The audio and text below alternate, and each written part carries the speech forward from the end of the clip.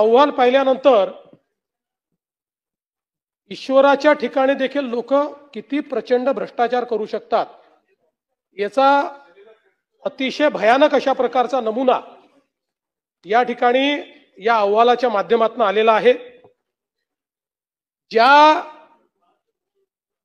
देवस्थानमध्ये 250 ते 350 कर्मचाऱ्यांच्या माध्यमातून देवस्थान इतके वर्ष चालत होतं, त्या देवस्थानमध्ये यांनी 2447 कर्मचारी भरती केले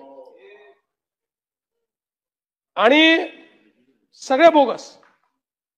देवस्थानच्या रुग्णालयामध्ये 327 कर्मचारी कार्यरत असल्याचं दाखवलं आणि तपासणी केली तर रुग्णालयात एकही रुग्ण नव्हता।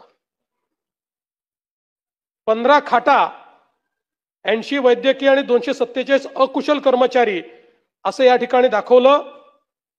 या ठिकाणी केवळ 4 डॉक्टर आणि 9 कर्मचारी हजर होते।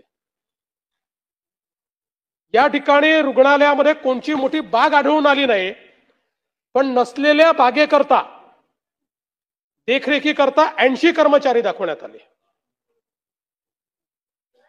आणि एकूण असे 327 ज्यांना काही कामच नाही, ज्यांचं काही अस्तित्व नाही, असे 327 कर्मचारी दाखवण्यात आले। आता भक्त निवास जो आहे त्यामध्ये 109 खोल्या आहेत आणि या 109 खोल्याकरता 200 कर्मचारी कार्यरत आहे असं दाखवण्यात आलं आणि प्रत्यक्षात तिथे कोणी आढळून आलं नाही, काही 2-4-10 कर्मचारी आढळले असतील। त्यासोबत देणगी स्वीकारण्याकरता 8 आणि तेल विक्री करता 4 असे 12 काउंटर आहेत। या 12 काउंटरवर 2 कर्मचारी केवळ काम करताना आढळतात। म्हणजे जर 3 शिफ्ट त्यांनी केल्या, 4 शिफ्टही केल्या तर 2चे 8 होतील। या ठिकाणी 352 कर्मचारी दाखवण्यात आले।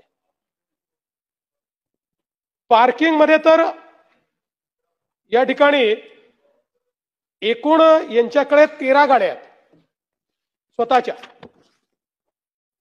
त्या स्वतःच्या 13 गाड्यांकरता 163 कर्मचारी त्यांनी दाखवले आहेत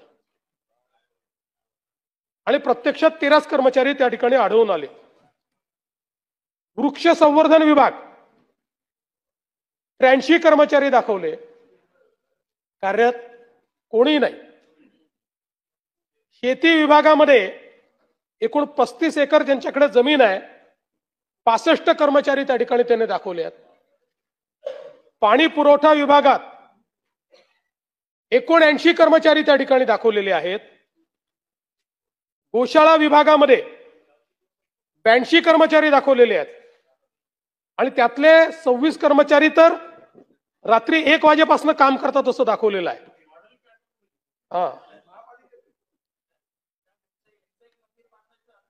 यांचंच एक मंदिर बांधावं लागेल वेगळं, हे म्हणून शनिदेवानी प्रताप दाखवला त्यांना त्यांचा। त्यानंतर पार्किंग परिसर, म्हणजे पार्किंगचे कर्मचारी वेगळे झाले। आता पार्किंग परिसर स्वच्छ करण्याकरता 118 कर्मचारी दाखवले। सुरक्षा विभागात 315 कर्मचारी दाखवले। प्रसादालयामध्येही 97 कर्मचारी दाखवले, कुठेही ते दिसून आलेले नाहीत। वाहन विभागाचं मी मगाशी सांगितलं, तो वेगळा वाहन विभाग। आता हा जो यांचे 13 वाहन आहेत, यांच्या 13 वाहनांकरता 176 कर्मचारी दाखवले आहेत 13 वाहनांची पाहणी करण्याकरता। त्यानंतर विद्युत विभागात एकच युनिट आहे, त्या युनिट करता 200 कर्मचारी दाखवलेले आहेत आणि असे एकूण 2474 कर्मचारी कार्यरत असल्याचं दाखवलं आहे। परंतु यातला कोणाचाही मस्टर नाही, हजेरी पट नाही, कोणाची सही नाही, कोणाला हजेरी नाही। भरपूर खर्च आहे, सांगतो तोही। जवळपास या ठिकाणी आपण जर बघितलं तर याचा पॅटर्न असा केला की कार्यकर्त्यांनाच खाती उघडायला लावली आणि आपल्या हे जे काही मंदिर आहे, मंदिराच्या अकाउंट मधनं दर महिन्याला त्यांच्या अकाउंटला पैसे जातात। परस्पर पगार म्हणून, आणि ते कुठेही अस्तित्वात नाही आहेत. खरं तर एकूण जुने कर्मचारी किती आहेत ज्याच्यावर इतके वर्ष मंदिर चाललं? 258. 258 कर्मचाऱ्यावर मंदिर. मी अनेक वर्ष तिथे जातोय, काही कधी अडचण नव्हती. 258 कर्मचाऱ्याच्या ऐवजी हे 2474 कर्मचारी या ठिकाणी नेमण्यात आले. आणि म्हणून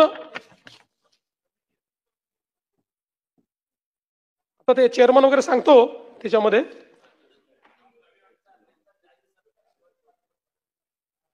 जाहीर सत्कार करू. पण या संदर्भात आता हा अहवाल राज्याच्या लॉ अँड ज्युडिशरी विभागाकडे आलेला आहे. या संदर्भात त्या कमिटीच्या संदर्भातली अंतिम सुनावणी ही चॅरिटी कमिशनर या ठिकाणी घेत आहेत. त्यामुळे त्यांच्या नियमानुसार ते योग्य कारवाई त्याच्यावर करतील. पण लॉ अँड ज्युडिशरीला मी या ठिकाणी असे आदेश दिले आहेत की यांच्यावर FIR दाखल करा आणि पोलिसांना सांगितलेलं आहे की बाहेरची टीम पाठवून या ठिकाणी याची पूर्ण चौकशी करा. कारण या संदर्भात मला हेही नमूद करायचं आहे की यापूर्वी म्हणजे जेव्हा हे आपण आश्वासन देऊन विशेष ऑडिट त्यांचं लावलं त्यापूर्वी चॅरिटीच्या एका अधिकाऱ्यांनी चौकशी करून क्लीन चिट दिली होती आणि त्याच्यावर मग ही चौकशी मी लावली, तेव्हा हे सगळ्या गोष्टी निघाल्या. त्यामुळे या संदर्भात फौजदारी गुन्हा देखील दाखल होईल.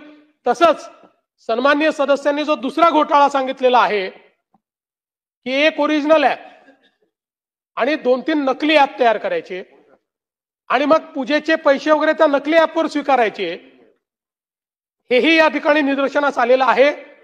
हा गुन्हा दाखल केलेला आहे. हा गुन्हा महाराष्ट्र सायबर ADG यांच्या देखरेखीखाली या गुन्ह्याचे संदर्भातली सगळी चौकशी होईल आणि या संदर्भात कारवाई होईल.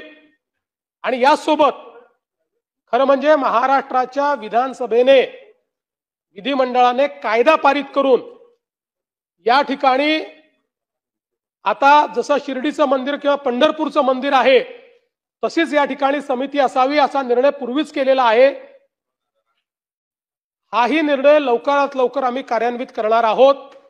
पण आधी जरा या लोकांना हे जे काही भ्रष्टाचार केलेला आहे या भ्रष्टाचारांना, जे देवाच्या नावाने भ्रष्टाचार करतात त्या भ्रष्टाचारांना त्या ठिकाणी त्यांची जागा दाखवणं हे गरजेचं आहे आणि म्हणून ती कारवाई आधी केली जाईल.